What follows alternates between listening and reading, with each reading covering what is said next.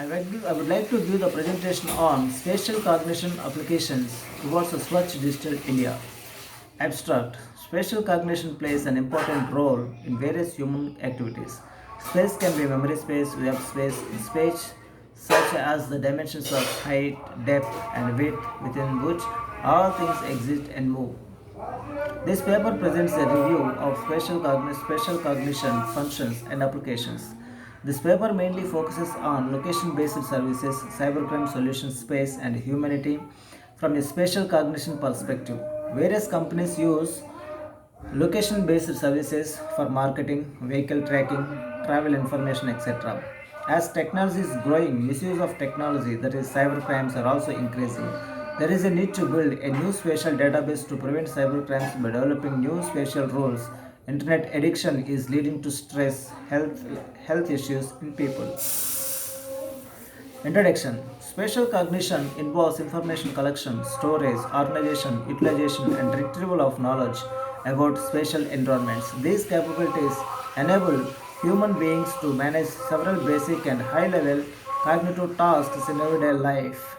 Various subjects such as artificial intelligence, geographic information science, psychology, and cartography work together to understand spatial cognition in human beings and in technical systems. Suggesting a clear cut and comprehensive definition of spatial cognition is a challenging task. Spatially can be defined as collection of all extensional properties. Extensionally alludes to the property of occupying space. We can regard space as web space, memory space, or space with the properties such as location, distance, size, and direction. The word cognition signifies the processing of information. Cognitive processes can be artificial or natural. Both low level and high level mental processes are included in cognition. Spatial cognition functions and applications. Spatial cognition is useful in everyday life or everyday tasks such as selecting a correct lane to take while driving to a place or identification of a right way to make a diagnosis of a disease. Spatial cognition functions includes a way finding as a part of navigation, utilizing knowledge of space, imagining places. Some of the applications of spatial cognition include geographic information system, location-based services, and spatial education. Spatial cognition in location-based services. Location-based services use geodata from mobile phones or smartphones. The location-based services use smartphones' global positioning system technology to track a person's location. There are many uses of location-based services. Finding one's location helps him or her in many ways. Different companies use users' location in various ways such as store locators, marketing, travel information, roadside assistance, mobile management for tracking employees and fraud prevention. Mobile phones such as smartphones contain sensors that allow users to get location information. Mobile messaging plays an important role in location-based services. Space and time is two fraudulent categories, fundamental categories of any human being. Theoretical and practical foundations are investigated from cognitive perspective in the Sonder Force Forecasting, Transgeo, SFB or Tier 8 Spatial Cognition from last 12 years jointly by universities of Berman and Freiburg. The research covered the specific requirements of reasoning about space and time.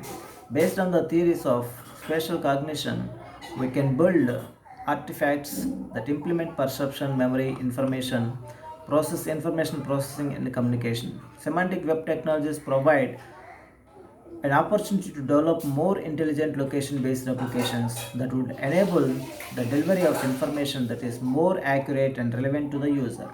GPS plays a vital role in mapping any place in world. Geolocation identification is the identification of internet connected regions using landmarks with connected inter regions.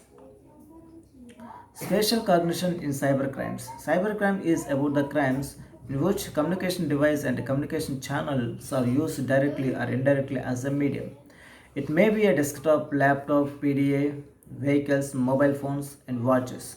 Cybercrime is a crime which is very difficult to identify. Online shopping and online banking require sensitive financial and personal data. Cybercrime includes criminal activities like fraud, forgery, mischief, theft, and defamation in addiction and hacking, defacement, cyber stalking, and webjacking, which have evolved as a consequence of abuse of a computer. According to the latest statistical report of the rate of crime in India released last month, the country recorded 12,187 cases of cybercrimes in 2016. It is 7.55% more than in the preceding year. It is to be noted that the highest number of crime cases was reported in Uttar Pradesh, which has an exclusively task force and district cells to tackle the serious issues of cybercrime. It is followed by Maharashtra, which has special cyber police stations in each police district. In Telangana, there are three cybercrime police stations in the commissionerates Cyberabad, Hyderabad, and Rajakonda. Number of cybercrimes in India. So it represents the graphical representation of cybercrimes profiles. Human spatial cognition. Use of internet has become unavoidable in everyday life. Young people are more interested in using new technologies. Mobile phones such as smartphones contain sensors that allow users to get location information. Wireless networks allow users to access internet very easily at low cost. Internet has become more important for teachers and students. Using computers and internet has become a part of education such as web-based courses, notes, WhatsApps and emails.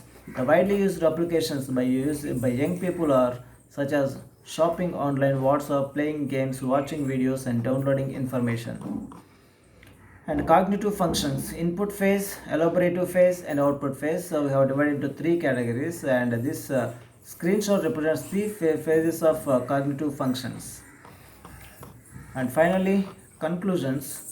The use of spatial technologies has become very common in society. Spatial technologies and cognition would benefit people to use them easily. Location-based services provide easy navigation of users in traveling. Assistive technologies, either software-based or hardware-based, need to be developed so that these can be utilized by differently abled people. In future, there is no need to develop a cybercrime spatial solution system and assistive technologies for disabled people. So these are the reference papers we used. Thank you.